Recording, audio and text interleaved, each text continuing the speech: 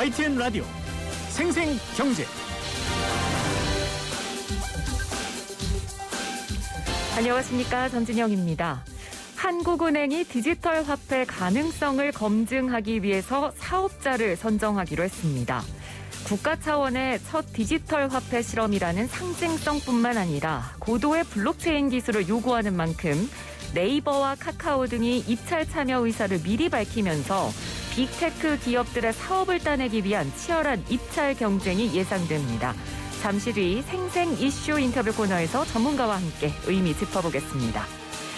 동학 개미들의 최애 종목이죠. 삼성전자의 주가가 최근 지지부진합니다. 증권가에서 삼성전자의 전망치를 줄줄이 하향 조정하면서 10만 전자 목표 달성이 어려울 것이라는 전망이 나오고 있는데요. 오늘 2부 숫자로 보는 경제 코너에서 자세히 알아보도록 하겠습니다. 5월 25일 화요일 YTN 라디오 생생경제 지금 시작합니다.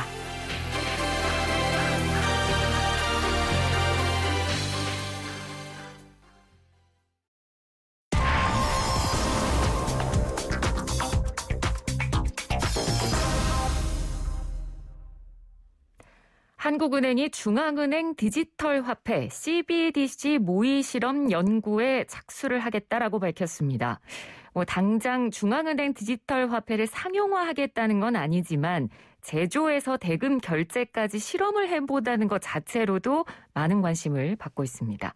오늘은 한양대 경제금융학부 이정환 교수 전화 연결해서 자세한 내용 들어보겠습니다. 교수님 안녕하십니까? 예, 안녕하십니까? 네, 이 중앙은행 디지털 화폐 CBDC라는 게 뭔가요? 먼저 개념부터 좀 설명을 부탁드리겠습니다. 예, 이제 좀 일단 정의부터 말씀드리면 그 CBDC란 것은 국가의 중앙은행이 예를 들어서 우리나라의 경우로 보자면 한국은행이 발행하는 디지털 화폐다라고 말씀드릴 수 있겠고요. 네. 그러니까 일반 화폐를 디지털화한 것이다라고도 이야기합니다. 그러니까 근데 이제 이런 개념만 가지고는 조금 어떤 내용인지 잘 모르겠고요. 네. 뭐 블록체인하고 어떻게 보면은 그 블록체인을 사용한 비트코인하고 좀 비교를 해보면 조금 더 이해가 깊어지실 수 있을 텐데요. 네. 일단 비트코인이 블록체인이란 기술에 기반을 한 거란 거는 뭐 신문 지상이든지 많이 들어보셨을 겁니다. 네.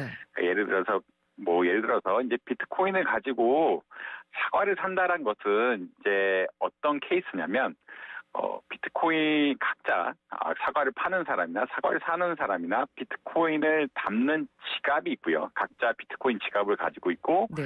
그러니까 일종의 비트코인 계좌가 있는 것이죠. 네. 비트코인 계좌가 있는 것이고 온라인상에. 그리고 내 지갑에서 이제 내가 사과를 샀다 그러면 내 비트코인 지갑에서 사과 판 사람에게 이제 한 사람의 비트코인 지갑으로 어떤 내 비트코인이 옮겨가는 것이죠. 네. 그러니까 블록체인 기술이란 것은 이러한 거래에 관련되는 것인데 결국 이런 거래들이 실시간으로 트랙이 되게 결국은 실시간에 나로부터 사과 판 사람에 간 것까지 이제 추적이 되게끔 거래마다 장부가 다 기록이 된다. 네. 그 비트코인에 기록이 남는다라는 그런 특성을 가지고 있습니다. 네. CBDC도 기술적인 측면에선 이런 동일한 것이죠. 동일하다고 보시면 됩니다. 그러니까 자기만의 지갑. 그러니까 사실은 여러분들이 어떻게 보자면 개인 지갑을 가지고 다니는데 네. 이제 가상의 그 어떤 CBDC 지갑, 그러니까 중앙은행이 발행한 디지털 화폐 지갑이 있고요.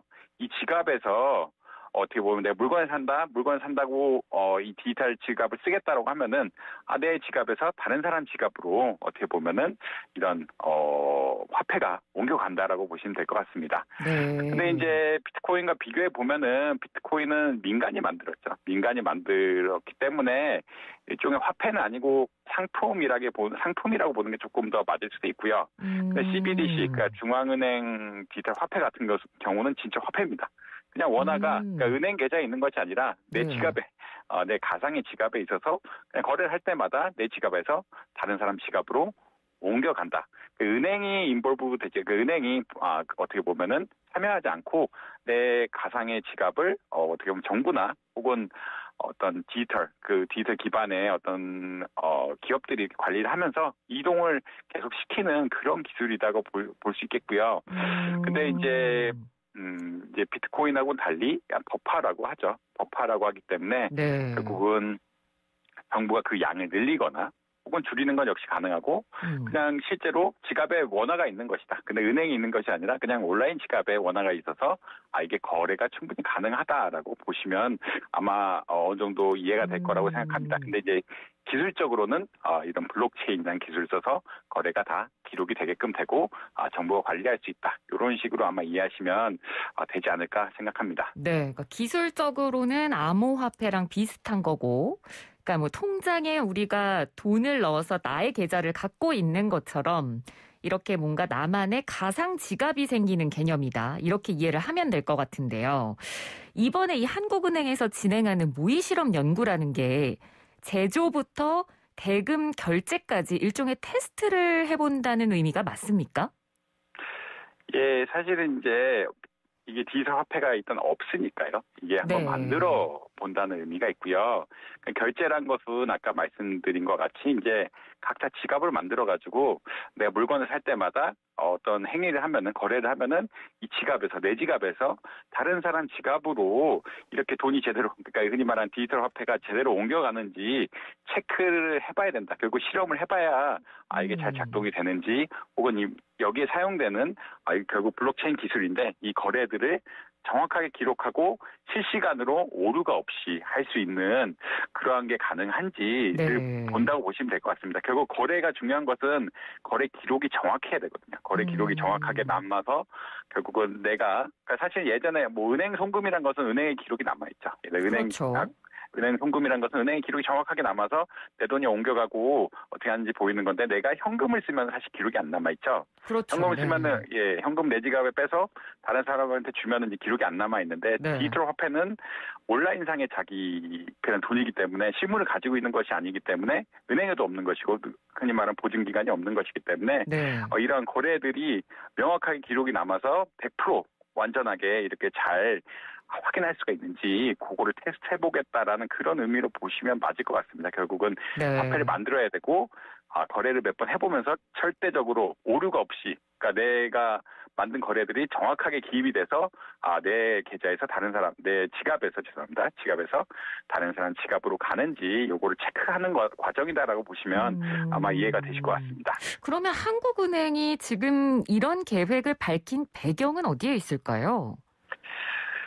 이제 전반적으로 보자면 앞으로는 이제 현금 없는 사회가 될 것이다라고 많이들 생각을 했고요. 지금은 이제 결국은 연구 단계라고 할 수 있을 텐데 장기적으로 보면은 현금이 아마 줄어들 것이다. 그러면 신용카드가 대체할 것이냐라고 생각할 수도 있는데 신용카드는 비용이 많이 들죠. 신용카드 만들려고 그러면 비용이 많이 들고 실물로 만들어놔야 되니까요 또.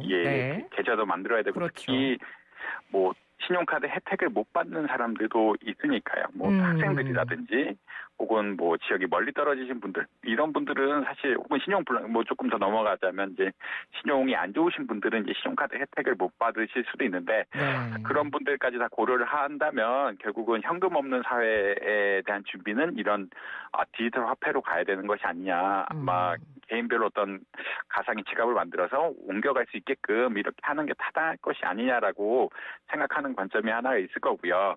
두 번째로는 어떻게 보자면 이제 비트코인이나 혹은 뭐 페이스북에서 리브라 코인 같은 걸 만든다고 했는데 리브라 코인은 아니지만 리브라 같은 것을 만든다고 해서 결국 민간에서 이제 자꾸 이제 정부가 만드는 어떤 현금의 기능 그러니까 흔히 말하는 법화의 기능을 자꾸 어떻게 보자면 침범하려고 하는 이런 경향성들이 보이기 때문에 이제 선제적으로 어떻게 보자면 이런 것들에 대해서 대응을 해서 정부가 가진 어떤 법화 발행 능력을 유지하고자 하는 그런 두 가지 기능이 공통적으로 있다고 보시면 아마 될 것 같습니다. 네. 다른 나라들도 혹시 이런 CBDC 도입 논의라든지 뭐 도입을 논의를 하면서 이런 실험 계획을 잡는다든지 이런 계획들이 좀 다른 나라들도 지금 활성화 단계에 있나요? 사실 중국이 가장 활성화되었다고 많이 평가를 하고요. BIS에서도 중국이 가장 앞서 나가고 있다라고 많이들 이야기합니다.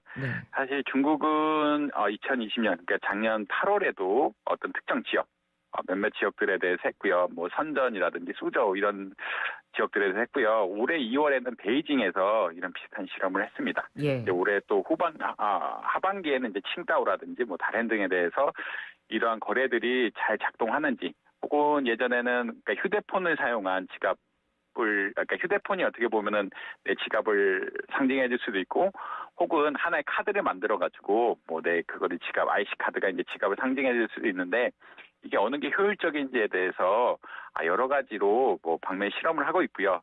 사실은 중국은 이러한 것에 대해서 굉장히 인센티브가 어떻게 보면 크다고 말씀드릴 수 있는데, 중국은 어떻게 보자면 굉장히 경제는 크지만 흔히 말하는 국제 통화로서의 기능은 굉장히 약하죠. 국제 통화 어떻게 보자면 엔화라든지 뭐 유로화 같은 그런 기능을 못하고 있기 때문에 결국 한은도 2단계 플랜에서 이야기했지만 이번에 1단계고요. 2단계 플랜은 송금까지 가는 거거든요. 해외에 송금을 할 때 이걸 가지고 송금을 할 수 있는지 없는지까지 체크한다라고 이야기했는데, 이런 디지털 인민폐라고 하죠. 디지털 인민폐를 통해서 결국은 위안화를 어떻게 보면은 지금 어떻게 보자면 결국은 달러화나 유로화에 비해서 국제 통화로서의 기능이 너무 약한데, 그렇죠. 이런 기반을 먼저 쫙 깔아서 위안화가 국제 통화 거래 혹은 국제 거래에 많이 이용될 수 있게 하고, 그럼 어떤 국제 통화로서의 기능을 높이겠다라는 어떤 그런 인센티브가 굉장히 크기 때문에 우리나라보다 더 빨리 하고 있고, 다양한 형태의 어떤 디지털 지갑을 만들어서 시민들에게 부여하고 시민들이 어떻게 쓰는지, 그리고 이러한 거래 자체가 완결적으로 잘 체크가 되는지, 장기적으로 이제 송금까지 다 할 수 있는지를 체크하려고 노력 중이다라고 보시면 될 것 같습니다. 그러니까 말씀해주신 대로 중국이 뭐 위안화 절상 문제도 그렇고 이 통화로서의 파워가 세계적에서 상대적으로 좀 약하니까 디지털 화폐 쪽으로 이제 빨리 선회해서 좀 힘을 키우려는 양상을 보여주고 있는 것 같은데, 일단 이번 이 한국은행의 모의 실험은요, 한국은행의 공식 입장은 모의 실험을 한다고 해서 디지털 화폐 도입을 전제로 한 건 아니다, 이렇게 딱 선을 그었더라고요. 그런데 뭐 최근에 가상화폐 열풍도 그렇고 중국 사례도 저희가 들었지만 세계적으로 디지털 화폐 도입은 뭐 기정사실이다라고 볼 수도 있지 않을까요? 예, 어느 정도 뭐 기정사실이라고 보는 게 맞을 것 같습니다. 왜냐하면 이제 법화를 유지하려 그러면 비용이 필요하고요. 이런 비용들을 최소화하는 방법이 결국은 디지털 화폐가 아닐까라고 생각하고 있는 것 같습니다. 결국은 현금이 없는 사회를 우리가 장기적으로 갈 거라고 생각하고, 현금이 없는 사회를 어떤 것을 기반으로 해서 만들 것이냐가 어떻게 보면 중요한 사례가 될 텐데, 결국은 이럴 때 있어서 가장 비용이 저렴하고 효율적이고, 그 다음에 거래가 완결적으로 체크가 돼서 기술 개발에 의존해서 거래가 완벽하게 체크가 될 수 있는 이러한 것을 만들자 그러면 결국 디지털 화폐가 들어와야 되는 것이 아니냐라고 컨센서스는 있는 것 같습니다. 그러니까 단기적으로는 어떻게 보면 비트코인이라든지 이런 아직, 그리고 디지털에 잘 적응하지 못하신 분들이 많아서 단기적으로는 적응이 어렵다라고 생각하는 것도 같지만, 이제 장기적으로는 결국은 이제 저희들도 30대, 40대가 이제 60대, 70대, 80대가 되고 이렇게 시간이 지나가면 갈수록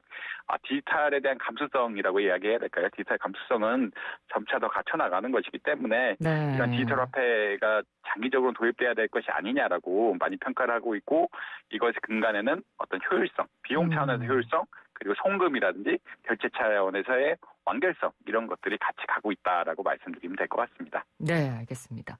자, 그래서 이 CBDC 모의 실험 연구를 한국은행이 앞으로 진행하겠다고 밝히면서 연구 용역 사업자 선정 입찰 공고를 냈는데, 뭐 저희가 이름만 들으면 다 아는 굴지의 기업들이 입찰에 참여를 하겠다고 나서면서 뭐 경쟁이 치열해질 것이다, 뭐 이런 전망도 많이 나옵니다. 뭐 네이버, 카카오는 물론이고 그 큰 은행들, 뭐 신한은행, 하나은행 이런 곳들도 다 참여를 하겠다고 밝혔는데, 단순히 모의 실험인데 왜 이런 대기업들이 입찰에 경쟁적으로 적극적으로 참여한다고 의사를 밝히는 걸까요?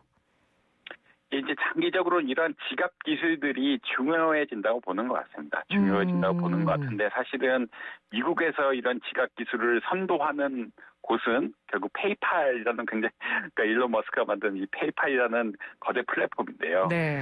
뭐 페이팔 보시면, 그러니까 혹시 거래 보신 분도 있겠지만 해외 거래 같은 거 할 때 이제 페이팔 통해서 거래를 많이 하게 되는데, 이제 상대방의 돈을 얼마 어떻게 지급해야 되는지 이제 개런티가 안 되니까 이런 페이팔을 통해서 많이 거래를 하고 있는데, 결국 이런 지갑을 만드는 것이 장기적으로는 어떤 금융시장 플랫폼, 그러니까 결국 지갑을 원화만 만들 수도 있지만 이 원화를 만들어서 또 그러니까 예를 들어 달러도 미국에서 역시 CBDC를 만든다고 하면은 한국 사람들도 미국 달러의 지갑을 가져야 되고요.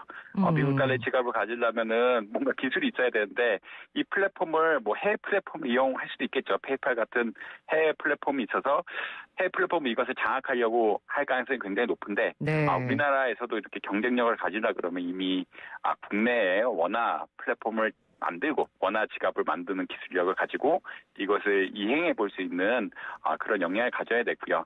이걸 바탕으로 예를 들어서 달러 지갑이라든지 혹은 위안화 지갑이라든지 이런 거를 같이 결국은 장기적으로 봤을 때는 이런 전 세계 지갑 이게 좀 더 나가시는 분들은 비트코인이라든지 가상화폐 지갑도 한꺼번에 누가 관리를 해줘야 되는 것이 아니냐라고도 평가하는데 네. 그런 것을 만들려 그러면 일본 사업 같은 것을 기초로 하여 결국은 어떤 점에서 오류가 나는지 이런 것들을 잘 확인해서 선도적으로 나가야 되기 때문에 네이버, 카카오 그리고 시중 주요 은행들 역시 굉장히 공격적으로 달려들 가능성이 높다라고 말씀드릴 수 있겠습니다. 네, 그러니까 이 디지털 화폐가 당장 만들어지고 유통이 되는 건 아니더라도 어찌됐건 나아가는 방향이 그쪽이니까 민간 기업들 입장에서는 모의 실험에라도 참여하면 나중에 이제 본인들이 어떻게 보면 유통할 가능성이 높아질 수도 있으니까 그 부분에 대한 발전성을 기대를 하고 지금 모의 실험에도 입찰을 하고 있는 건데요.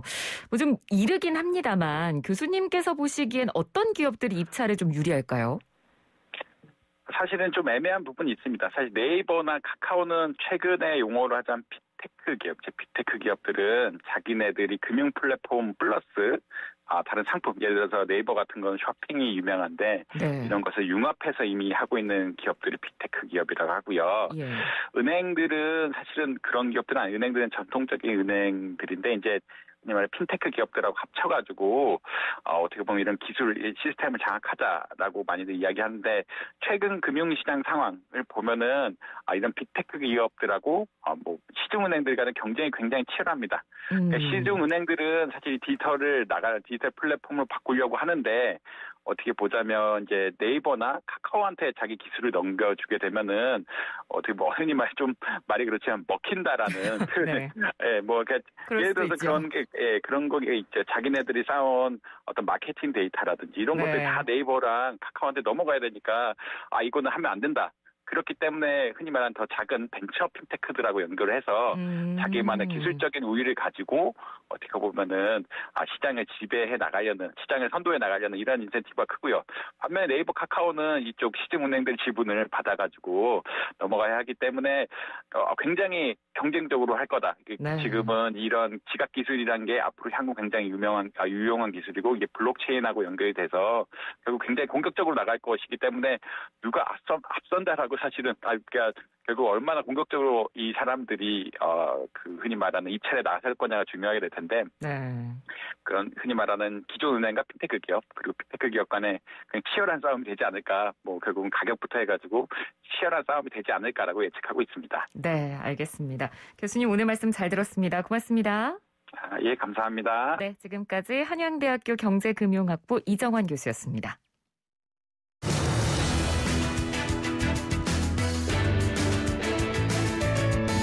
한 발 빠른 경제 이슈로 여러분을 찾아갑니다. 깊고 날카로운 경제 이야기 YTN 라디오 생생경제.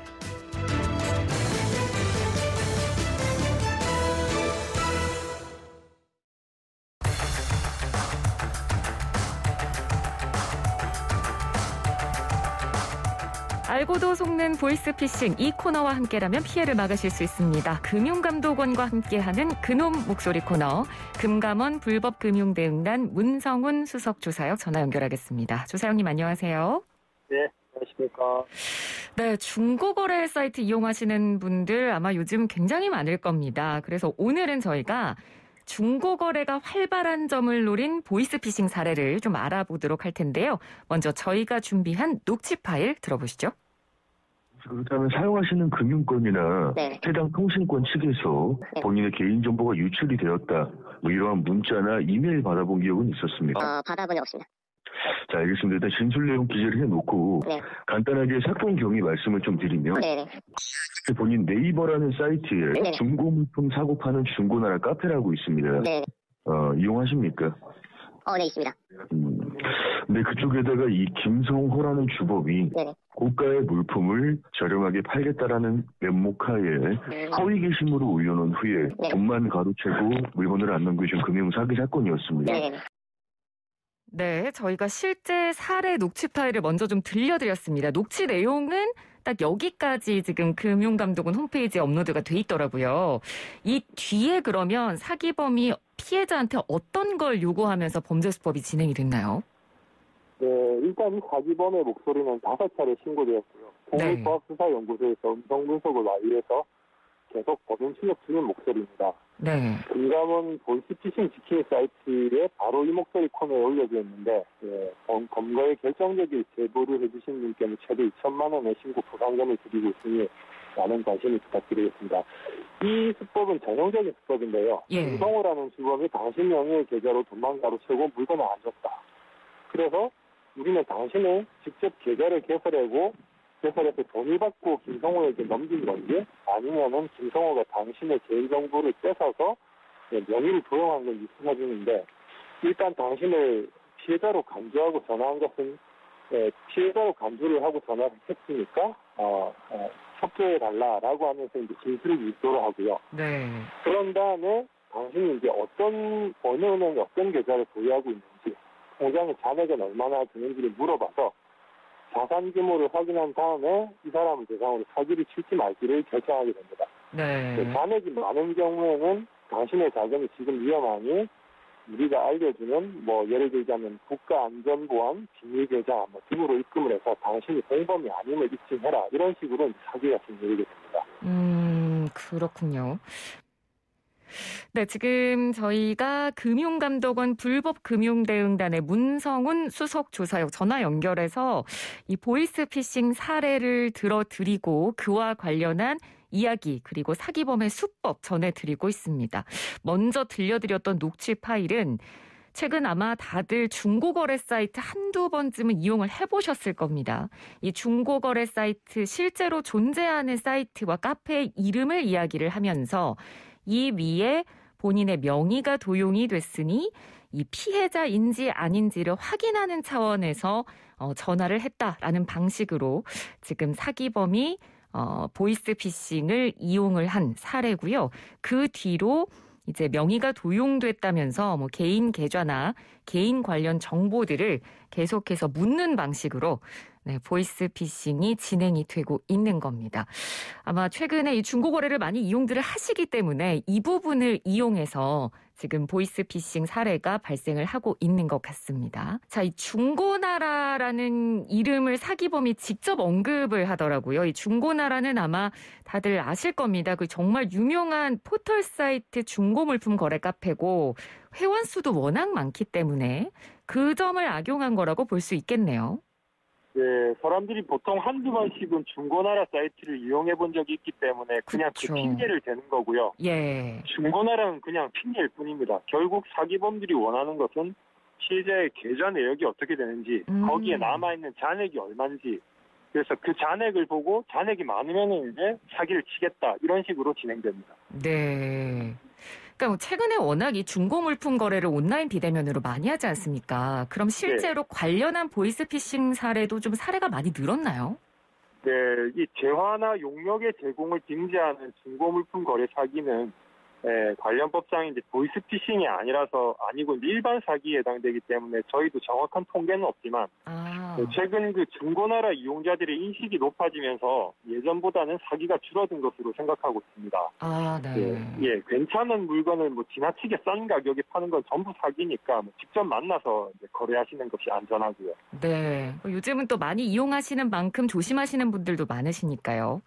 근데 사실 저희가 이 중고물품 거래 사이트뿐만 아니라 워낙 많은 사이트와 카페에 가입할 때 개인정보를 입력을 하니까 이 개인정보 유출 자체에 대한 불안함이 늘 크잖아요. 네. 만약에 정말 내 개인정보가 어떤 특정 사이트에서 유출이 됐다고 하면 실제로 저렇게 전화가 오나요?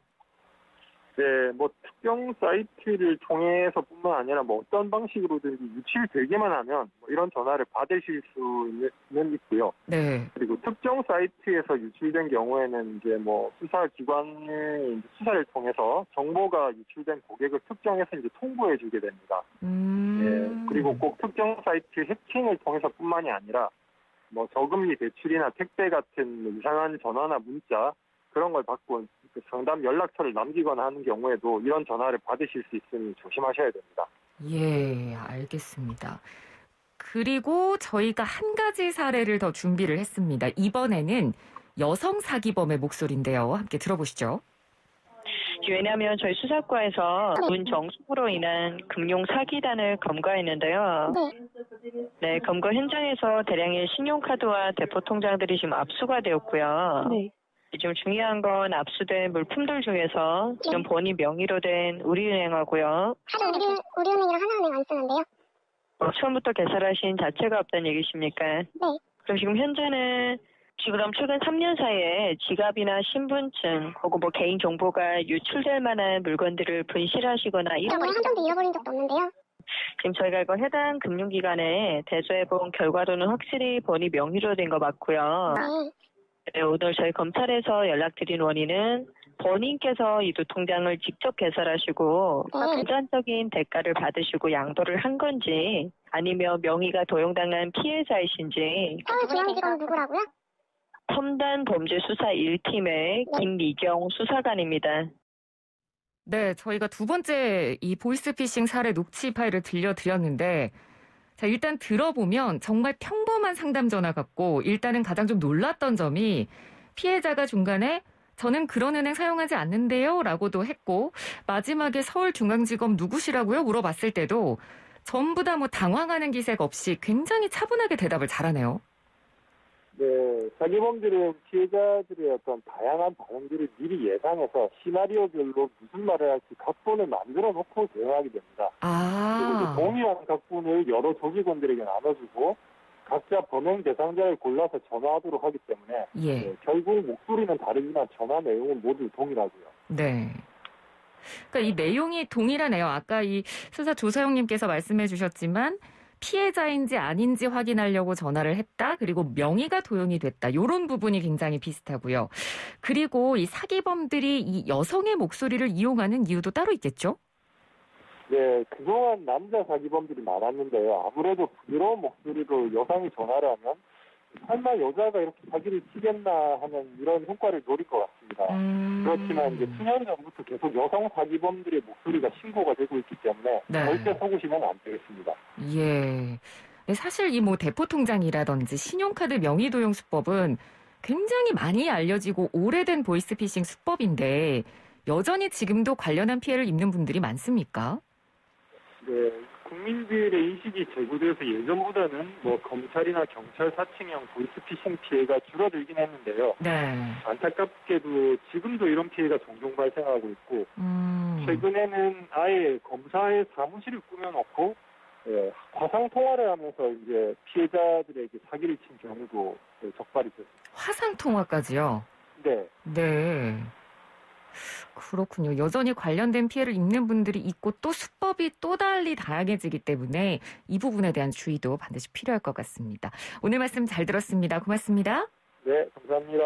네, 지금까지 금융감독원 불법금융대응단의 문성훈 수석조사역이었습니다.